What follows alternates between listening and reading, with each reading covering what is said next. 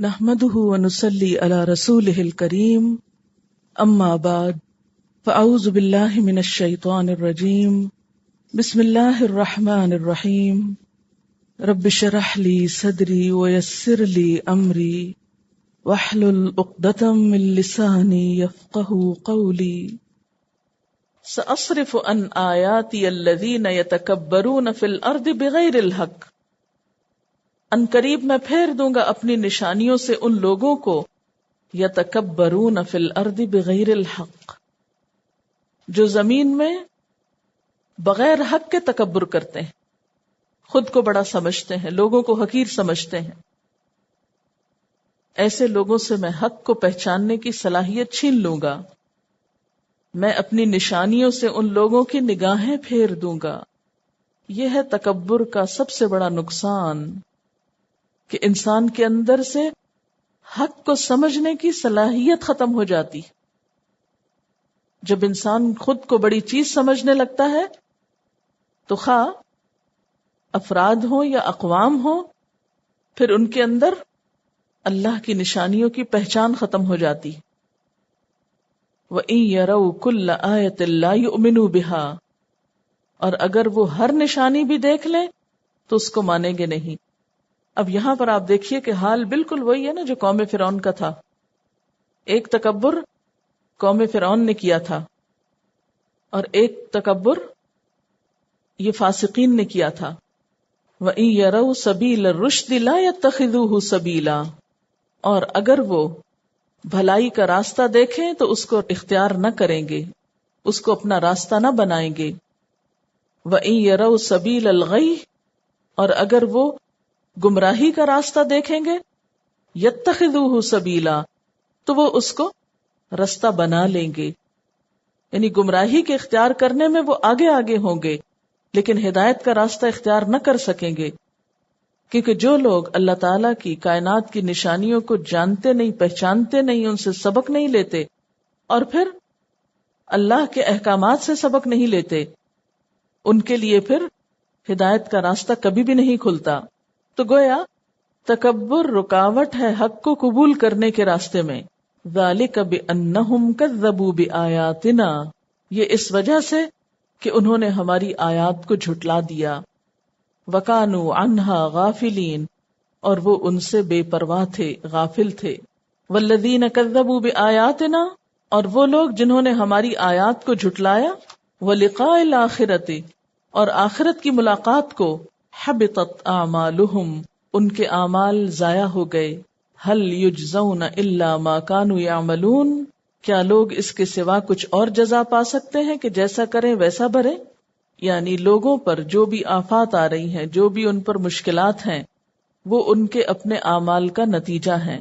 قیامت کے دن بھی کامیابی انہی کی ہوگی جو اللہ کی آیات کو مانیں گے اور آخرت کا یقین رکھتے ہوئے اپنے اعمال کو درست کریں گے، ورنہ آخرت کے انکار کی صورت میں سارے اعمال ضائع ہو کر رہ جائیں گے. تو گویا دنیا اور آخرت کی اصلاح کا انحصار اور بنیاد کس پر ہے؟ ایمان پر، اور خصوصی طور پر آخرت کے ایمان پر. اچھا، یہاں پر آپ دیکھیں کہ یہ جو تکبر کا راستہ ہے جس کی وجہ سے ان سے ہدایت چھین لی گئی، اس پر تھوڑی سی بات کرنے کی ضرورت ہے کہ یہ کیسے ہوتا ہے. اللہ تعالیٰ فرماتے سأصرف عن آیاتی الذین یتکبرون فی الارض بغیر الحق، میں اپنی نشانیوں سے ان لوگوں کی نگاہیں پھیر دوں گا، اپنی آیات سے ان لوگوں کی نگاہیں پھیر دوں گا جو بغیر کسی حق کے زمین میں بڑے بنتے ہیں، تکبر کرتے ہیں. یہاں پر یہ لفظ ہے نا یتکبرون، بڑے واضح الفاظ میں آیا، تکبر کرتے ہیں. جو ہدایت کے رستے پہ نہیں جانا چاہتے، گمراہی کے رستے پہ فوراً دوڑ پڑتے ہیں. تکبر حق کے راستے میں کس طرح رکاوٹ بنتا ہے؟ تکبر کی وجہ سے انسان حق سے کیوں محروم رہتا ہے؟ تکبر کرنے والے ایک خاص اینگل سے، ایک خاص زاویے سے چیزوں کو دیکھتے ہیں، جبکہ حق کو اس کی اصلی شکل میں دیکھنا پڑتا ہے. اس لیے وہ اسے ایکسپٹ نہیں کر پاتے یا ان کو وہ نظر ہی نہیں آتا. تکبر نگاہوں کو حق پہچاننے سے کیوں محروم کر دیتا ہے؟ اللہ تعالیٰ فرماتے ہیں نا کہ نشانیاں تو ہوگی ہر جگہ، لیکن ان کا تکبر انہیں نشانیوں کی طرف توجہ نہ کرنے دے گا. اس طرف ان کا دھیان ہی نہیں جائے گا، وہ ان سے کوئی سبق ہی نہیں لیں گے. عبرت کے واقعات ان کے دائیں بائیں آگے پیچھے ہر وقت ہو رہے ہوں گے، لیکن وہ سمجھ نہ پائیں گے کہ حقیقت کیا ہے. تکبر میں انسان کا فوکس خود اس کی اپنی ہی ذات ہوتی، وہ صرف خود کو دیکھتا ہے. تو جو شخص صرف خود کو دیکھتا ہو اسے باہر دیکھنے کا موقع کب ملے گا؟ وہ باہر دیکھ کب پائے گا؟ جو صرف اپنے آپ کو ہی بڑی چیز سمجھتا ہو، جو صرف انا خیر منہ ہی کرتا ہو کہ میں دوسروں سے زیادہ اچھا ہوں، میں دوسروں سے بہتر ہوں، اور پھر اپنے ارد گرد اس کی ایک شیلڈ بنا لے، ایک خول میں بند ہو جائے، تو حق بات اس تک نہیں پہنچ سکتی اور اس کی نگاہیں حق تک نہیں پہنچ سکتی. یعنی اس کی انرجیز اور طاقت کسی اور چیز کو پروموٹ کرنے میں لگی ہوئی ہوتی ہے، لہٰذا وہ حق کی طرف استعمال ہی نہیں ہو پاتی. اچھا، اب آپ دیکھیے اللہ تعالیٰ فرماتے ہیں سأصرف عن آیاتی الذین یتکبرون فی الارض بغیر الحق، یعنی کتاب تو میں نے دے دی، آیات تو دے دی، لیکن کچھ لوگ اس کتاب کو پڑھ کر بھی اس کی آیات سے منہ موڑ جائیں گے. میں اپنی آیات سے، اپنی نشانیوں سے، اور آیات سے مراد آپ کو معلوم ہے کہ قرآن کی آیات بھی ہوتی ہیں، اللہ کی کتاب کی آیات بھی ہوتی ہیں، اور اس کے ساتھ ساتھ کائنات کی بھی ہوتی ہیں. اور حقیقت میں کائنات کی آیات میں غور و فکر کرنا بھی ہمیں اللہ کی کتاب ہی سکھاتی، تبھی ہم ان آیات کے ذریعے اپنے رب کو پاتے ہیں. تو یہاں یہ بتایا جا رہا ہے کہ جو لوگ تکبر میں مبتلا ہوں ان کی نگاہوں کو میں ان آیات سے پھیر دوں گا، اپنی نشانیوں سے یا اپنے آیات سے یا اس کتاب کے احسن پہلو سے ان کی نگاہوں کو پھیر دوں گا. کون لوگ؟ الذین یتکبرون فی الارض بغیر الحق، جو ناحق طور پر زمین میں بڑے بنے پھرتے ہیں، یعنی متکبرین اس کتاب سے فائدہ نہ اٹھا سکیں گے. تکبر کیا ہے؟ تکبر کا لفظ کبر سے ہے، بڑا بننا، اور یہاں تکبر سے مراد کیا ہے؟ اللہ کی آیات اور احکام کے مقابلے میں اپنے آپ کو بڑا سمجھنا، مخلوق ہو کر خالق کا مقابلہ کرنا، مخلوق ہو کر خالق کے احکامات میں نکتہ چینی کرنا. آپ نے دیکھا ہوگا بہت سے لوگ یہ کہتے ہیں ہم نے پڑھ رکھا ہے قرآن، ہم نے کئی ٹرانسلیشنز پڑھ لی، لیکن ان کے اندر قرآن پڑھ کر عاجزی کی بجائے مزید تکبر آ جاتا ہے. تو جب کوئی شخص تکبر کے ساتھ اس کتاب کو لیتا ہے، تکبر کے ساتھ لینے کا مطلب کیا ہے؟ کہ قبولیت والے ذہن کی بجائے اسے اپنی مرضی کے مطابق ڈھالنے کی، یا اپنے خاص نگاہ یا اپنے خاص کلرڈ گلاسز کے ساتھ اس کو پڑھنے کی کوشش کرتا ہے کہ میں اپنے نظریات کو، اپنی سوچوں کو اس کے اوپر کیسے منطبق کر سکوں. ایسے لوگوں کو کتاب کی پھر اصل روح سے فائدہ نہیں ہوتا. آپ نے یہ بھی دیکھا ہوگا کہ ہر طرح کے لوگ قرآن سے اپنے مطلب کی آیتیں نکال لیتے ہیں اور ان سے اپنا موقف ثابت کرنے کی کوشش کرتے ہیں. تو یہ لوگ کون ہوتے ہیں؟ یہ بھی وہی لوگ ہوتے ہیں جو خالی ذہن ہو کر عاجزی کے ساتھ اللہ کی بات کو بڑا سمجھ کر قبولیت کے لیے نہیں پڑھتے، قبول کرنے کی نیت سے نہیں ان کو سمجھتے. وہ کس لیے سمجھتے ہیں ان آیات کو؟ دیکھیے کہ قرآن پاک پڑھنے کے بھی کئی مقاصد ہوتے ہیں. ایک مقصد کیا ہو سکتا ہے کہ اس سے ہمیں ہدایت ملے، ہمیں کچھ پتا نہیں، ہم اس سے جاننا چاہتے ہیں، ہم اس سے اپنے عمل کو بدلنا چاہتے ہیں، ہم اس سے روشنی چاہتے ہیں، رہنمائی چاہتے ہیں. ایسا شخص اپنے ذہن کو بالکل خالی کر لیتا ہے کہ میں تو جاہل ہوں، مجھے تو کچھ پتا نہیں، میں تو بہت چھوٹی چیز ہوں، میرا علم محدود ہے، میرا تجربہ محدود ہے، اللہ ہی بڑا ہے، اس کی ذات ہی میری رہنمائی کر سکتی، وہ میرا خالق ہے، وہ مجھے زیادہ بہتر سمجھتا ہے. ایسا شخص ایک عاجزانہ ذہن اور دل و دماغ کے ساتھ جب اس کتاب کے پاس آتا ہے تو اس کی اصل خوبصورتی سے فائدہ اٹھاتا ہے. پھر وہ کتاب اس کے دل و دماغ میں، رگ و پہ میں، ریشے ریشے میں اتر جاتی، اس کو پھر یہ ہاتھ پکڑ کے چلاتی کہ صحیح راستہ یہ ہے. یہ ایسا ہی ہوتا ہے جیسے قرآن پاک میں پیچھے آپ نے پڑھا، بھلا وہ شخص جو پہلے مردہ تھا پھر ہم نے اس کو زندگی دی. یعنی وہ بالکل اپنے آپ کو کچھ نہیں سمجھتا تھا، وہ بالکل ایک جیسے ایک مردہ ہوتا نا، بے حس، یعنی بے حس اس سینس میں کہ وہ اپنے ہاتھ پاؤں نہیں ہلا سکتا، اپنی مرضی نہیں کر سکتا. تو بالکل جو شخص قرآن پاک کے سامنے بے بس ہو کر آتا ہے کہ میں اپنی مرضی نہیں کروں گا، میں اپنی خواہشات کو اس کے اوپر حاوی نہیں کروں گا، میں اپنے خیالات اور فلسفوں کو گھر چھوڑ کے آؤں گا اور خالی ذہن سے اس کو پڑھوں گا، تو ہدایت اسی کو ملتی ہے. تو جو شخص اللہ کی آیات سے تکبر کرے، اپنی مرضی کے مطلب نکالنے کی کوشش کرے، یا اپنے فائدے کی بس باتیں تلاش کر لے، آدھی آدھی آیتیں توڑ کے اپنی مرضی کے کانٹیکس میں سے نکال کے، ایسے لوگوں کو پھر اسی کتاب سے ہدایت نہیں ملتی، یہی کتاب ان کو بھٹکانے کا سبب بن جاتی. اسی لیے فرمایا وَإِن يَرَوْا كُلَّ آیَةٍ، ایسے لوگ ہر نشانی بھی دیکھ لیں، لا يُؤْمِنُوا بِهَا، وہ اس کو نہیں مانیں گے. کیوں؟ ان کے تکبر کی وجہ سے، کیونکہ اللہ تعالیٰ کو بندوں کا تکبر بالکل پسند نہیں. اسی لیے رائی کے دانے برابر بھی اگر کسی میں تکبر ہو تو وہ جنت میں نہیں جائے گا. متکبرین اللہ تعالیٰ کو سخت ناپسند ہے. تو جو لوگ اپنے آپ کو بڑے علامہ، بڑے قابل، بڑے ذہین، بڑے سمجھدار، بڑے پڑھے لکھے سمجھ کر اس کتاب پر غور و فکر کرتے ہیں کہ جی ہمیں تو پہلے ہی بہت کچھ پتا ہے، یہ کیا کہتی ہے بھلا، دیکھتے تو ہیں کیا لکھا ہے اس میں، یعنی لک ڈاؤن کر کے اس کے پاس آتے ہیں، پھر اللہ تعالیٰ اس تکبر کی سزا کیا دیتے ہیں کہ ان کو پڑھ کر بھی قرآن سمجھ میں نہیں آتا، اور اگر وہ آیات کو پڑھتے بھی ہیں، دیکھتے بھی ہیں، کائنات اور ان آیات میں موافقت بھی پا لیتے ہیں، لا یؤمنوا بہا، پھر بھی نہیں مانتے، کہتے ہیں ہاں ٹھیک ہے، لیکن ایمان نہیں ان کے اندر اترتا۔ آپ نے دیکھا ہوگا کہ بعض نان مسلمز نے قرآن پاک کے ٹرانسلیشنز کیے، ترجمے کیے، پڑھتے پڑھاتے رہے اس کو، لیکن ان لوگوں کو ہدایت نہیں ملی۔ کبھی آپ کے دل میں یہ خیال نہیں گزرا کہ ان کو ہدایت کیوں نہیں ملی؟ آتا ہے نا خیال، شاید میں نے آپ کو پہلے ہی بتایا تھا کہ اے جے آربری کا انگریزی ترجمہ بہت خوبصورت ترجمہ ہے۔ جب میں پی ایچ ڈی کر رہی تھی تو جو میرا سپروائزر تھا اس کا سپروائزر تھا اے جے آربری۔ شروع میں گئی تو میں نے جب پوچھا کہ کون سی انگلش ٹرانسلیشن اچھی، تو اس نے مجھے آربری کی ریکمینڈ کی کہ یہ دیکھو۔ خیر میں نے دیکھی تو اس کا 30th پارہ جو ہے وہ الگ پارے کی شکل میں ٹرانسلیشن کے ساتھ چھپا ہوا ہے۔ تو سب سے پہلے میں نے اس کو پڑھنا شروع کیا دیکھنے کے لیے، کیونکہ مشکل لینگویج آخری پارے کی کہ اس کو کیسے ٹرانسلیٹ کیا، اور حقیقت میں لینگویج وائز بڑا خوبصورت ٹرانسلیشن تھا۔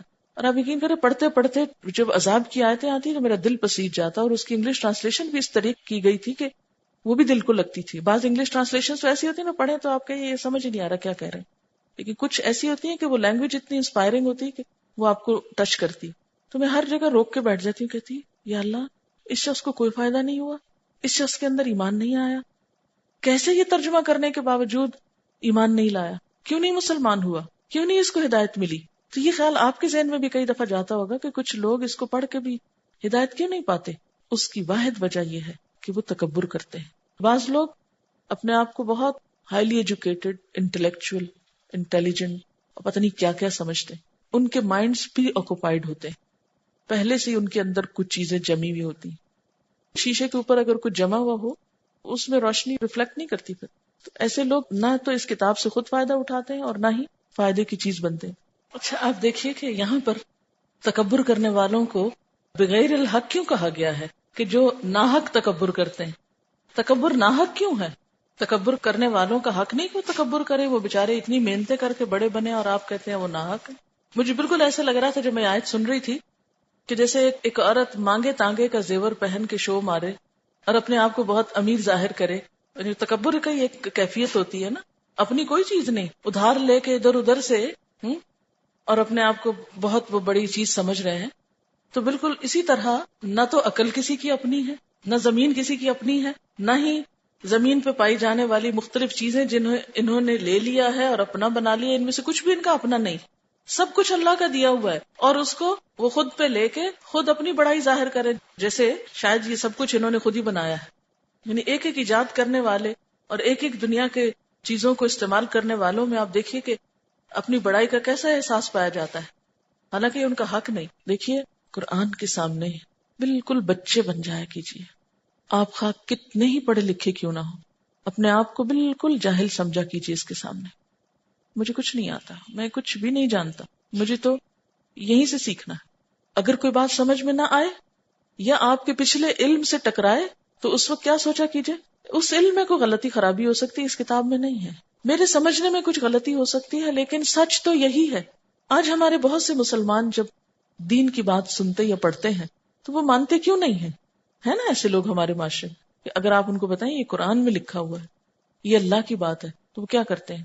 توجہ دیتے نہیں دیتے، وہ سنتے بھی ہیں، سنی انسنی کر جاتے ہیں، پڑھتے بھی ہیں، پڑھ کے ان پڑھ لگتے ہیں، یعنی دینی اعتبار سے۔ ایسا کیوں ہوتا ہے؟ اس لیے کہ ان کے دل میں ایک طرح سے تکبر ہوتا ہے۔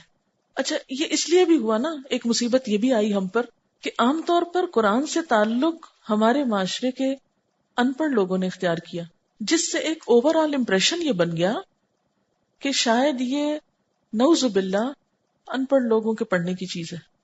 ہم تو اتنے ہائیلی ایجوکیٹڈ ہیں، ہمارے پاس تو وقت ہی نہیں، ہم تو اتنے مصروف لوگ ہیں، ہمارے پاس کہاں سے وقت آئے کہ ہم اس کو پڑھتے رہیں۔ لوگ مجھ پر بہت اعتراض کرتے ہیں کہ آپ پڑھے لکھے لوگوں کو پڑھا رہی ہیں، آپ پڑھائیے ان پڑھ لوگوں کو، یہ تو پہلے ہی بہت کچھ جانتے ہیں، ان کو پڑھانے کا کیا فائدہ ہوگا؟ آپ کسی گاؤں میں جائیے، کسی دیہات میں جائیے، ان پڑھ لوگوں کو پڑھائیے تاکہ ان بیچاروں کو کچھ پتہ چلے۔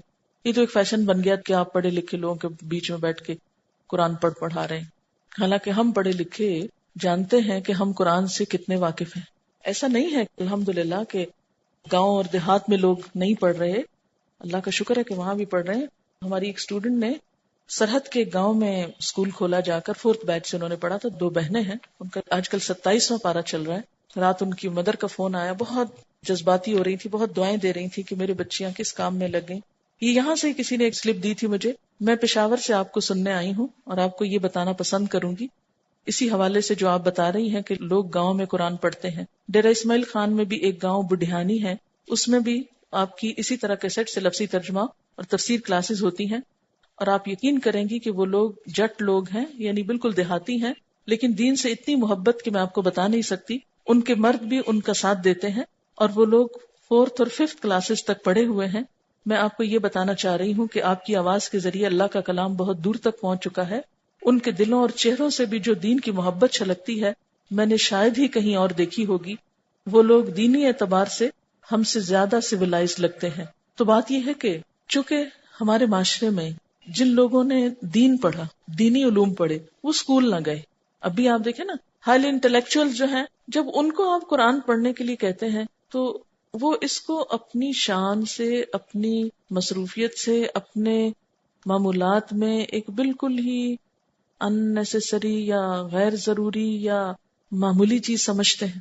اچھا، اب ایک اور مشکل یہ ہوئی کہ جو بچہ دنیا پڑھا اس کو دنیا میں بڑے عہدے مل گئے، اس کو گھر اچھا مل گیا، اس کو دنیا کی سہولیات مل گئیں. اور جو بچہ دین پڑھا اس کی زندگی میں سادگی کے نام پر جو اللہ کی حلال جائز دی ہوئی نعمتیں تھی وہ بھی حرام کر دی گئیں. تم نے یہ نہیں پہننا، یہ نہیں کرنا، یہ نہیں کرنا.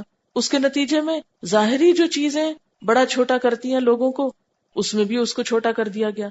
اب نتیجہ کیا نکلا؟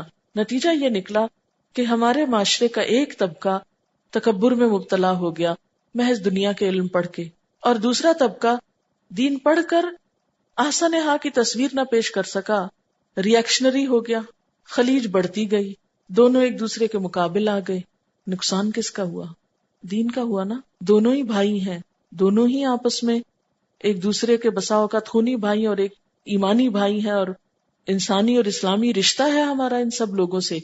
لیکن افسوس کہ یہ خلیج اتنی وسیع ہو گئی ہے کہ بات بڑی مشکل ہو گئی. اسی لیے آپ دیکھیں کہ وہ طبقہ جس کو دنیا ملی، جو دنیا پڑھا، وہ تکبر میں مبتلا ہوا. اب اس کا حال کیا ہے کہ اگر اس کو اللہ کی کوئی آیت سنائی جاتی ہے، بتائی جاتی ہے، ان یروا کل آیۃ لا یؤمنوا بہا، ماننا نہیں چاہتے.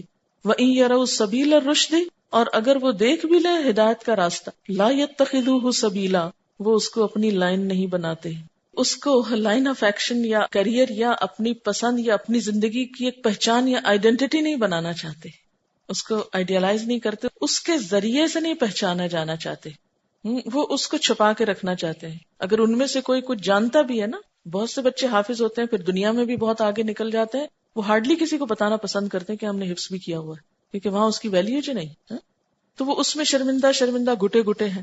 لہٰذا وہ دنیاوی اعتبار سے اگر ان کو اس قرآن سے کوئی رہنمائی مل بھی سکتی ہے تو وہ اس کو رہنمائی لینا ہی نہیں چاہتے.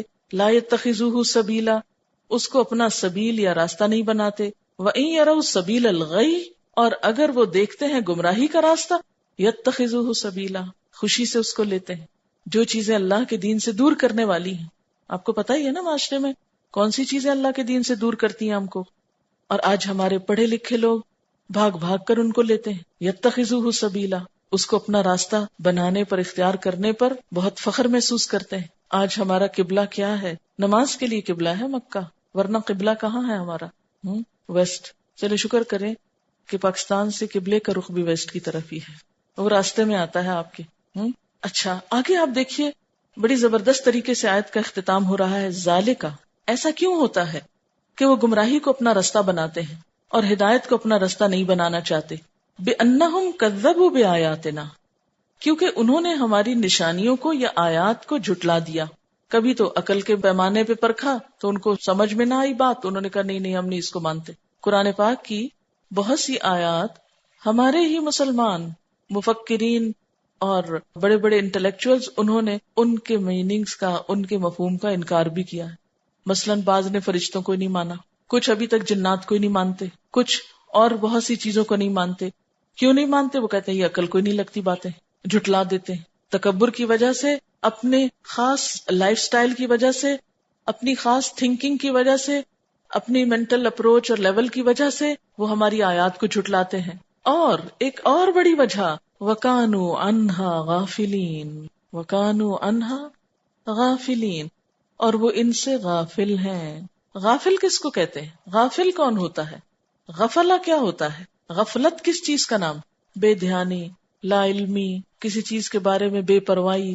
ان کو پتہ ہی نہیں کہ اس میں ہے کیا. آپ کو پتا ہے کہ بہت سارے ہمارے پڑھے لکھے لوگ، ان کو نہیں پتا قرآن میں کیا ہے.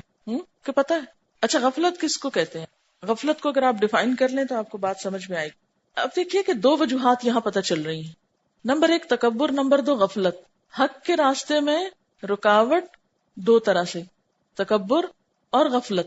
تکبر یہ میں نہ مانوں، اور غفلت کیا؟ پتہ ہی نہیں.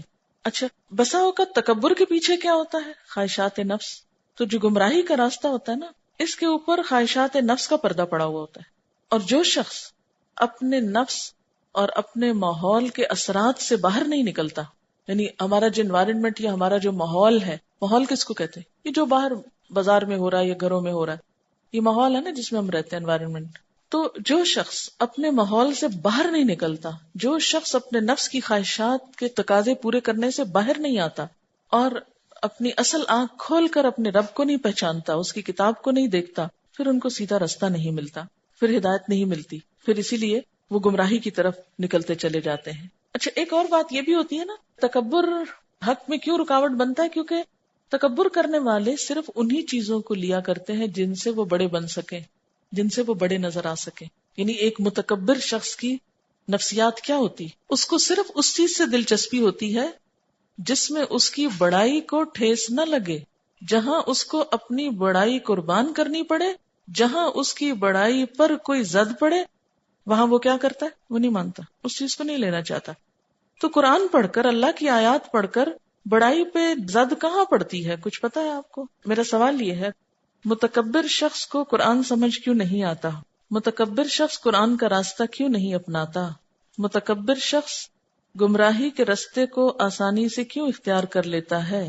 متکبر شخص کو صرف اس چیز سے دلچسپی ہوتی ہے جس سے اس کی بڑائی کو ٹھیس نہ پہنچے.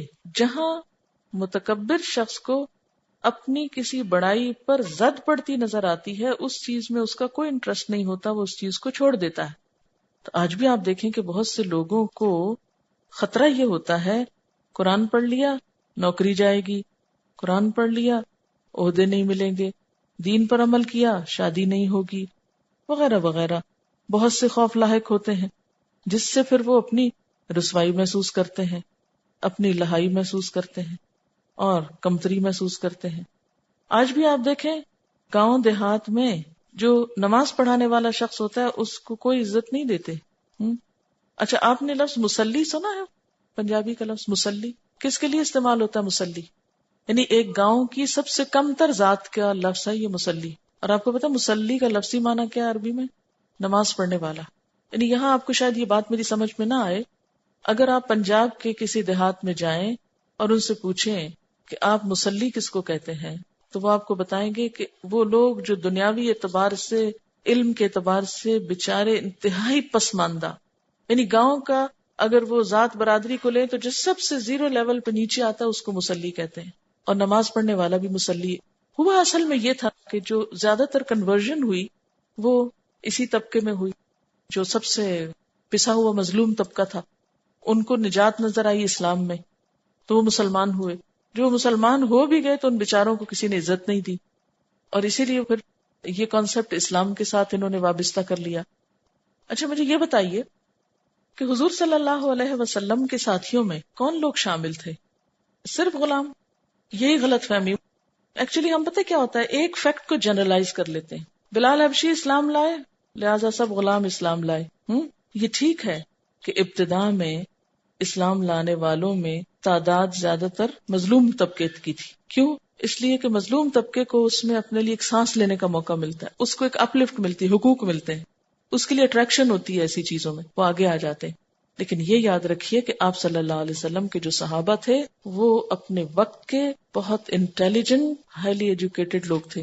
حضرت ابوبکر صدیق رضی اللہ تعالیٰ عنہ کی اسپیشلٹی کیا تھی کچھ پتا آپ کو؟ یہ میں آپ کے خواص کی اب بات کرنے لگی، جو آپ کے کلوز سرکل ہے اس کی بات کروں گی صرف. جی، آپ کا اسپیشل سبجیکٹ کیا تھا؟ علم الانساب. علم الانساب کے ماہر تھے. ہمارے ہاں تو علم الانساب کی کوئی ویلیو نہیں ہے. عرب معاشرے میں اس شخص کو بہت اعلیٰ مقام تھا جس کو علم الانساب آتا تھا. آپ کو معلوم ہے کہ عربوں کی جو بڑائیوں کی جو لسٹ تھی نا، اس میں یہ تھا کہ کس کو نسب کتنا یاد ہے، حتیٰ کہ وہ اونٹوں کے بھی نسب یاد رکھتے تھے. جی، تو اس دور کی ہائر ڈگری ہے ایک علم الانساب کا ماہر ہونا. اچھا، حضرت عمر رضی اللہ تعالیٰ عنہ کون تھے؟ 17 پڑھے لکھے لوگوں میں سے ایک تھے جو ماہر تھے شعر اور ادب کے. آپ کو معلوم ہے کہ حضرت عمر کا یہ قول بہت مشہور ہے، ان الشعر دیوان العرب اذا البس علیکم شیء من القرآن فالتمسوه فی الشعر، کہ اگر تمہیں قرآن میں سے کوئی بات سمجھ میں نہ آئے تو اسے شعر میں تلاش کرو. اور اب شعر میں کیسے اس کو استعمال کیا گیا، دور جاہلیت کی شاعری میں اس کا مفہوم دیکھو. ہم نے جب ماسٹرز میں عربی پڑھی تو اس میں پہلی دفعہ مجھے پتا چلا کہ حضرت عمر رضی اللہ تعالیٰ عنہ اتنے انٹلیکچوئل تھے. ادب میں آپ نے کریٹیسزم پڑھا ہے، لٹریچر میں تنقید کا سبجیکٹ پڑھا ہے کبھی؟ تو آپ کو معلوم ہے کہ حضرت عمر رضی اللہ تعالیٰ عنہ بہت بڑے نقاد تھے شاعری کے. تو عام شخص ناقد اور نقاد نہیں ہوتا کہ وہ کسی چیز کی گہرائیوں میں دیکھ سکتا ہو. حضرت عثمان رضی اللہ تعالیٰ عنہ کون تھے کچھ پتا ہے آپ کو؟ اچھا، مدینہ میں سب سے پہلے کنواں کس نے خرید کر دیا تھا؟ اس سے آپ نہیں ڈیڈیوس کر سکتے کہ ان کی مالی حالت، ان کا سٹیٹس کیا تھا معاشرے میں؟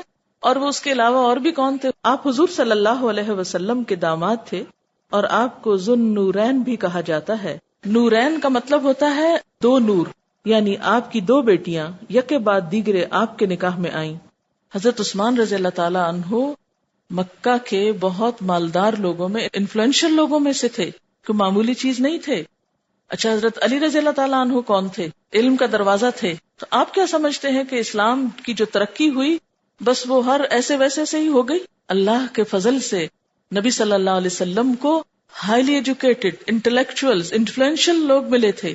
اس کے ساتھ ساتھ معاشرے کے پسے ہوئے لوگ بھی ساتھ تھے. یعنی اسلام میں ہر ایک کو پلیٹ فارم ملتا ہے. یہ دین صرف ان لوگوں کے لیے نہیں ہے کہ جو دنیا کا کوئی کام نہ کر سکے وہ دین پڑھا کریں، اور جو پڑھے لکھے لوگ ہیں وہ اس کو پڑھنے میں ہتک محسوس کیا کریں کہ نہیں یہ کو ہمارے پڑھنے کی چیز ہے. تو ہمیں اپنی ہی سوچ کو بدلنا ہے. مشکل یہ ہے کہ یہ ساری باتیں ہم میں آ گئیں، پتہ نہیں کہاں سے سرایت کر گئیں، اور اس کی بنیادی وجہ جہالت ہے. ہم نے نہ اسلام کی تاریخ صحیح پڑھی، نہ اس کو صحیح طور پہ انالائز کیا ہے. میں صرف ان مشکلات کو آپ کے سامنے لا رہی ہوں جس کی بنا پر ہم پیچھے رہ گئے. کبھی کبھی اپنا حساب بھی کرنا چاہیے بیٹھ کے کہ ہم دین میں کیوں پیچھے رہ گئے. اتنا بہترین دین، اتنا خوبصورت، ہمارے دین نے تو دنیا کی عقل کھول دی اور اس دنیا کو سمجھنے کے اتنے مواقع عطا کیے، لیکن ہم وہ کہ وہ سب لپیٹ کے دوبارہ برکتوں میں اور خانقاہوں میں جا کے چپ بیٹھے. تو آپ دیکھیے کہ اب بھی دین کو سکھانے اور پڑھانے کے لیے جو لٹریچر اور جو سلیبس استعمال ہوتا ہے وہ چند مخصوص کتابیں ہیں. اس سے آگے پیچھے آپ کو پڑھنے کی اجازت نہیں ہوتی. نہ کوئی کوشچن کرے، نہ کوئی چیلنج کرے، نہ کوئی اپنی کنفیوژن دور کرے. ٹھیک ہے، ایک لیول تک کچھ لوگوں کو اس سے فائدہ ہو رہا ہے، لیکن اس میں یونیورسلٹی جو ہے ہمارے دین کی وہ ختم ہو گئی ہے. تو ہمیں اس سے بھی آگے بڑھ کر سوچنا ہے. اور یہ جو قرآن کی آیات تھی ان سے فائدہ اٹھانے کی جو توفیق تھی وہ کیوں چھن گئی؟ سأصرف عن آیاتی الذین یتکبرون فی الارض بغیر الحق، بغیر کسی حق کے بڑے بنے پھرتے ہیں.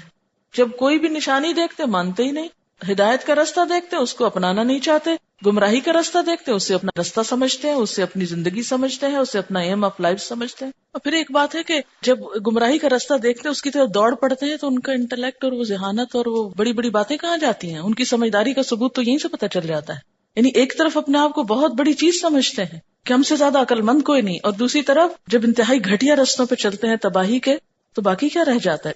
یعنی جتنے بھی ہمارے معاشرے میں کرتا دھرتا لوگ ہیں وہ اسی سے تو غافل ہیں.